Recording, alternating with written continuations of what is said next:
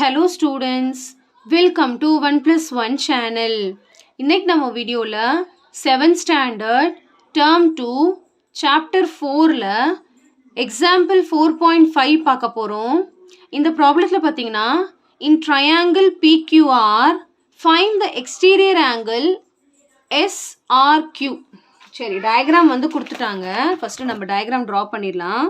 இதுல வந்து நம்மளுக்கு எக்ஸ்டீரியர் ஆங்கிள் வந்து கண்டுபிடிக்க சொல்றாங்க.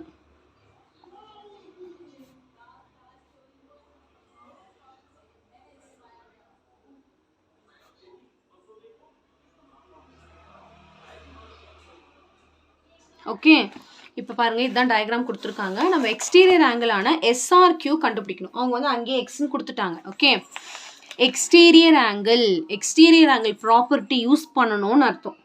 சரிங்களா? இப்போ இவங்க இங்க வந்து எக்ஸ்ன்னு டயக்ராம்லேயே கொடுத்துட்டாங்க. ஓகே, இப்போ நம்மளுக்கு ஒரு கான்செப்ட் நம்ம தெரிஞ்சுக்கணும். ஒரு ட்ரையாங்கிளோட எக்ஸ்டீரியர் ஆங்கிள் ப்ராப்பர்ட்டி என்னன்னா, exterior angle is equal to sum of two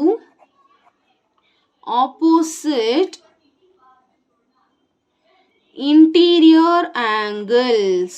அதாவது exterior angle வேல்யூ வந்து sum of the two opposite interior angle. அதாவது ஒரு ட்ரையாங்கிள்ல 3 இன்டீரியர் ஆங்கிள் இருக்கு, தெரியும் இல்லையா?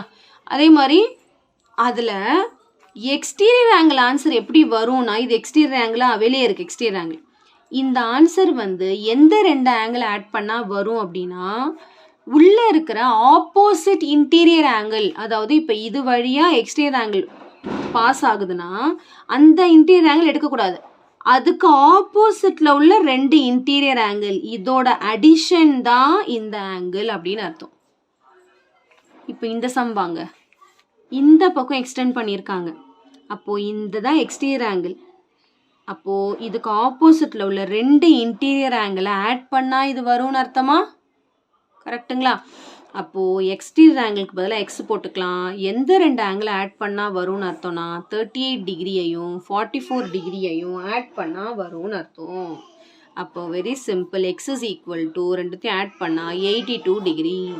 அவ்வளோதான், எக்ஸ்டீரியர் ஆங்கிள் ப்ராப்பர்ட்டி யூஸ் பண்ணோம். அவ்வளோதான், ரொம்ப சிம்பிள் கான்செப்ட். அது மட்டும் மறந்துடாதீங்க. ஓகே, ஸோ கண்டிப்பாக இந்த சம் நல்லா உங்களுக்கு கிளியராக அண்டர்ஸ்டாண்ட் ஆயிருக்கும்னு நினைக்கிறேன். So thank you so much for வாட்சிங் ஸ்டூடெண்ட்ஸ். Bye bye.